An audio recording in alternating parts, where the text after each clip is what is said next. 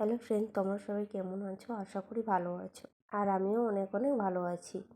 তো আজকে আমি স্নান করে নিয়েছি, আজ মন্দিরে যাব পুজো দিতে। তাই তো চলো বেশি কথা না বলে আমি আগে ফলগুলোকে কেটে নিই, তারপরে তোমাদের সাথে কথা বলবো, ঠিক আছে?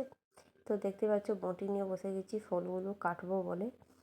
তো মন্দিরে যাব, তো একটু তাড়াতাড়ি যাব, কেননা আরুকে নিয়ে যাব, তো তাই জন্য। তো দেখতে পাচ্ছ ফলগুলো আমি ধুয়ে নিয়েছি, তো এবার কাটবো।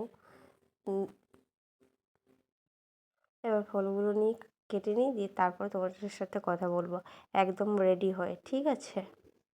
তো দেখতে পাচ্ছ আমি একদম রেডি হয়ে মন্দিরেই চলে এসেছি, কারণ বাকি ক্লিপটা নেওয়া হয়নি, কারণ অনেকটাই লেট হয়ে গিয়েছিলো।